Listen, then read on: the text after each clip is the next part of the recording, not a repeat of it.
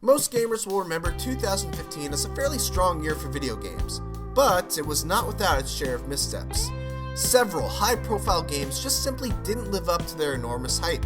Others had all the makings of a fantastic game, but were brought down by one or two massive flaws, and some were just plain bad.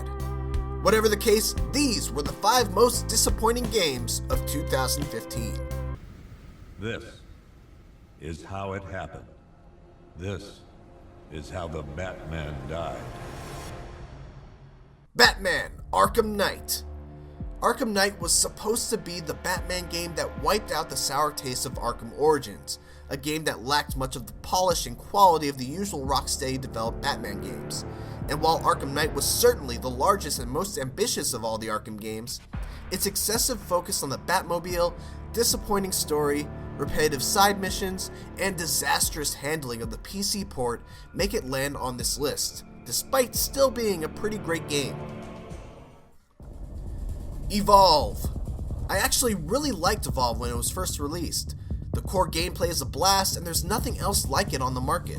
The problem is that Turtle Rock Studios never managed to solve the biggest issue facing asymmetrical multiplayer-only shooters. How do we keep our player base invested long-term?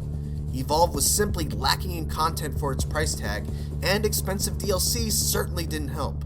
Once my friends started to lose interest, so did I.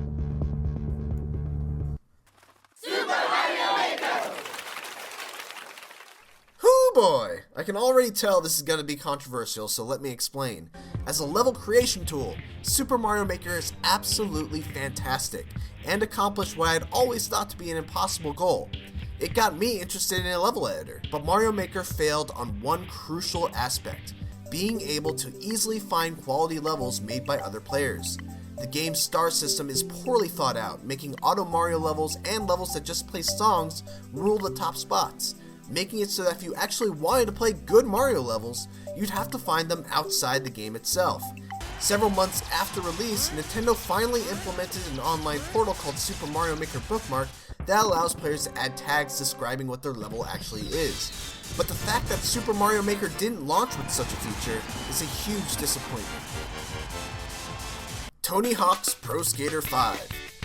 Just like I think pretty much any kid who grew up on the PlayStation 1 and 64 era, I was a huge fan of Tony Hawk's Pro Skater growing up and hold a lot of nostalgia for the series, which is why I was legitimately excited when THPS 5 was announced and was billed as a return to form for a series that had, if you'll excuse the pun, gone off the rails. Turns out, that was a lie.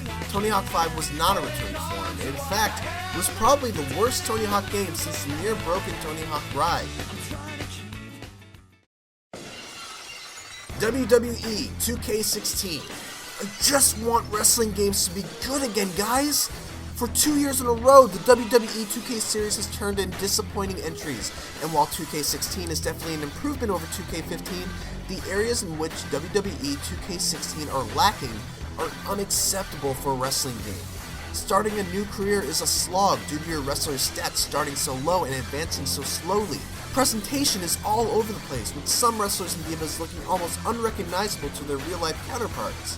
The submission system is awful, commentary still a joke, and a lack of checkpoints in 2K Showcase mode make the mode incredibly frustrating to play when matches can take upwards of 30 minutes and require you to do the whole match over if you miss one objective. And the winner is... Disappointment is measured by the gap between expectations and reality, and no game has as large of a gap between my expectations for it and how bad the game actually was than Tony Hawk 5. To be fair, my expectations dropped every time new imagery of the game was shown off, but some part of me still hoped that despite the game looking like a PS2 era game, somehow the gameplay would still win out and take me back to the days where I used to sing along to Superman by Goldfinger while dark sliding along the rails of the warehouse.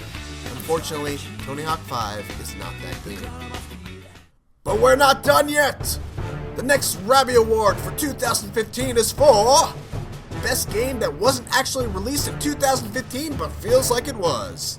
Overwatch. Look, Blizzard, I've played Overwatch. It's basically done. You can just give it to us now. Just give us Overwatch. You don't need to wait till next year. Just give it to us. Give it back. Give me back my Overwatch. Give it back. And a bonus Rabby for the best game that should have been released in 2014, Destiny, The Taken King. Because damn it, this is what Destiny should have been from the start. Thanks for watching, everyone. Let me know what games disappointed you this year, and please don't forget to like, comment, and subscribe. Bye-bye.